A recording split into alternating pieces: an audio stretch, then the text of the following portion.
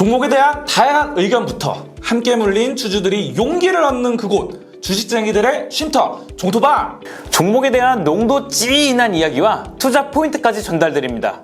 안녕하세요, 장 교수예요. 안녕하세요, 송프로예요. 자, 이번에 찾은 종토방은 현대차입니다.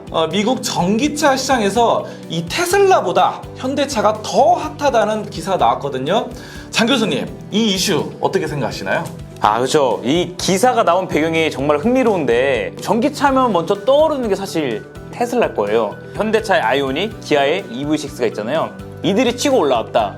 근데 이 기사를 보니까 현대 기아가 단 2년 만의 시간에 이걸 치고 올라왔대요. 그리고 또 하나 이슈를 보면은 현재 지금 뭐 반도체에 대한 공급난 이슈, 그냥 공급 부족 이슈가 지속적으로 이어져 왔는데, 현재 또 아이오닉이랑 EV6에 대해서 재고 부족으로 뭐 1년 넘게, 지금 1년 몇 개월이 걸린다는 얘기가 있을 정도로 그냥 이 대기 시간이 말을 해주는 것 같아요. 결국에는 이 흥행, 순수 전기차에 대한 이 현대차의 변화에 대한 성공이 실질적으로 이게 드러나고 있다라고 볼 수 있을 것 같습니다. 이런 이슈들이 나오고 있는 현대차 종토방에서 어떤 이야기들이 오고 가는지 한번 확인해 보도록 하겠습니다.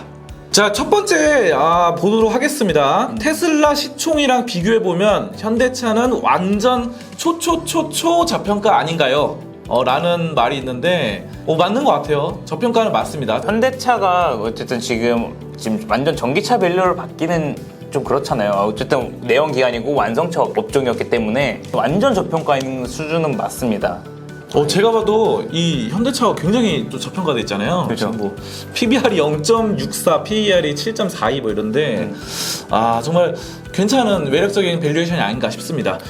네, 두 번째 보도록 하겠습니다. 테슬라가 10% 오를 때 1% 오르면서, 이거는 이제 현대차가 1% 오른다는 거죠. 자, 근데 테슬라가 5% 빠지니까 같이 현대차도 5% 빠진다. 이런 말인데요. 근데 이거는 좀 공감 가네요. 그죠? 아무래도 뭐 테슬라가 현대차보다는 더 높을 수밖에 없죠. 어쨌든 지금 성장주고 좀 테크주 쪽으로 좀 볼 수 있으니까. 그런데 뭐 테슬라 10% 빠질 때 현대차 방어한 적도 많습니다. 경기 방어주 성격도 있고 해가지고. 네, 세 번째 보도록 하겠습니다. 테슬라 밀고 현대차가 세계 1위 찍는다 곧. 야, 현대차가 100만 가는 그날까지 라고 하는데요.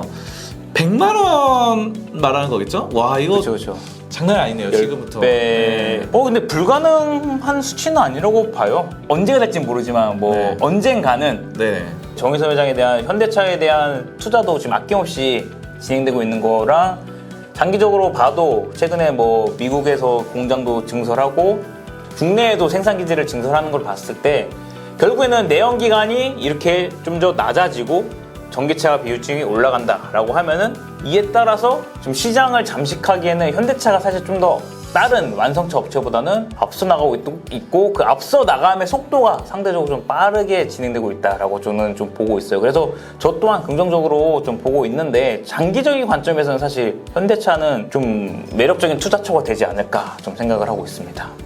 야, 이 얘기를 들어보니까 테슬라보다 좋다, 못하다, 이런 의견들이 있는데, 이 장 교수님 어떻게, 뭐 좋은 겁니까? 테슬라보다, 아니면 안 좋은 겁니까? 이게 좀 이렇게 비교군을 달리해야 될 필요가 있는데, 일단은 자, 현실적으로 테슬라를 기준으로 놓고 보자면은 그냥 이게 전기차로만 봤을 때는 사실 완전 저평가라고 저는 볼 수 있는 게, 굳이 지금 밸류에이션을 한번 비교해 보면 테슬라 퍼는 지금 90배 이상입니다. 현대차는 이제 최근에 좀 올랐어요. 최근에 오늘 이제 기준으로 봤을 때는 최근에 좀 주가가 올라서 한 뭐 10배, 한 9 후반 정도 가고 있는데, 밸류에이션 차이만 10배예요. 그러니까 실질적으로 앞서 우리가 100만 원 간다 이런 말 봤잖아요. 예. 불가능한 건 아니라고 봅니다. 그러니까 밸류에이션 놓고 봤을 때는. 그리고 또 최근에 상반기 성적표만 놓고 봤을 때 테슬라는 이제 상반기에 무려 36% 정도 하락이 했습니다. 근데 현대차는 한 13%. 야, 이 100만까지 간다, 아까 이런 말이 있었는데 꿈이 아니다. 그렇죠. 뭐 이렇게 보여지네요. 자, 그럼 두 번째 좀 체크를 해봐야 될 것 같아요. 두 번째 달러, 그리고 환율, 이쪽을 좀 우리가 봐야 될 것 같습니다. 자, 이 화면에 좀 보시면요, 환율 수혜주, 미국에서 아반떼 팔면 그랜저 파는 효과, 그리고 이 현대차가 그랜저를 팔면은 제네시스를 파는 효과다. 라는 말이 있는데요. 그래서 뭐 이제 아반떼를 팔아도 예전에 뭐 1,000만 원 벌었을 때 이제는 1,300만 원 번다 이런 말인 것 같습니다. 이게 그냥 환율만 놓고 이제 얘기한 것 같긴 해요. 달러 강세 장세에서는 출기업들에 대한 이득을 좀 취할 수 있는 구조가 되긴 하는데, 근데 그것도 솔직히 옛날 얘기 같아요. 지금은 미리 이렇게 환율에 대한 거를 뭐 선으로 계약을 정해놓은 것도 있고, 거기다가 원자재에 대해서 좀 아무래도 지금 이 환율에 대한 수혜를 특수성을 좀 노리진 못했다라고 볼 수 있을 것 같아요. 두 번째, 또 환율 얘기인데 1,400원 찍는다 도망가라 라고 하면서 이미 나라 망했다라고 했는데 진짜 1,400원까지 올라갈까요? 이게 환율을 어쩔 수 없이 뭐 정부에서 개입을 하고 뭐 오늘 또 마침 옐런 재무장관이 방한을 했잖아요. 그래서 네. 여기에서 또 통화 사업에 대한 논의가 이루어질지에 대한 기대감이 좀 있는데, 이건 좀 지켜봐야 될 이슈 중 하나일 것 같고, 2008년 금융위기 때가 1,300원 넘었었단 말이에요. 그래서 환율만 놓고 봤을 때는 사실 중금융위기 수준에 이미 좀 시장이 들어갔고 증시에 어느 정도 다 녹아져 있다라고 좀 볼 수 있을 것 같아요. 그래서 1,400원까지는 좀 힘들지 않을까? 네. 저는 그렇게 보고 있습니다. 근데 이제 현대차가 잘 올라갈 때 기아차가 더 잘 간다라고 얘기를 하는 분들이 있는데요. 이 현대차 대 기아차, 기아차 대 현대차, 과연 어떤 것을 지금 시점에서 매수를 해야 될 것인가? 장 교수님 어떻게 보십니까? 이거 현대차, 기아차에 대해서 뭘 이제 추천드리냐라고 말씀드리면 마치 뭐 엄마가 주냐 아빠가 주냐랑 비슷한 것 같은데, 저는 그래도 현대차에 대해서 좀 추천을 드리고 싶어요. 일반 투자자들은 그냥 가격, 그냥 주가만 보고 좀 선택하는 경우가 있는데, 그냥 장기적인 플로우를 봤을 때는 현대차에 대해서 좀 추천드리고, 현대에 대한 이제 투자도 더 아낌없이 진행되는 부분, 그리고 순수 전기차에 대해서도 현대에 대한 그 대기 차종이라든지 앞으로 나올 그런 이제 컨셉카라든지 이런 부분을 고려했을 때는 그래도 현대차에 대한 장기 관점에서 이제 권유드리고 싶습니다. 네. 저의 의견을 좀 드려보자면은 비중을 한 5% 이런 식으로 좀 분할해서 같이 가져가면 좋지 않을까.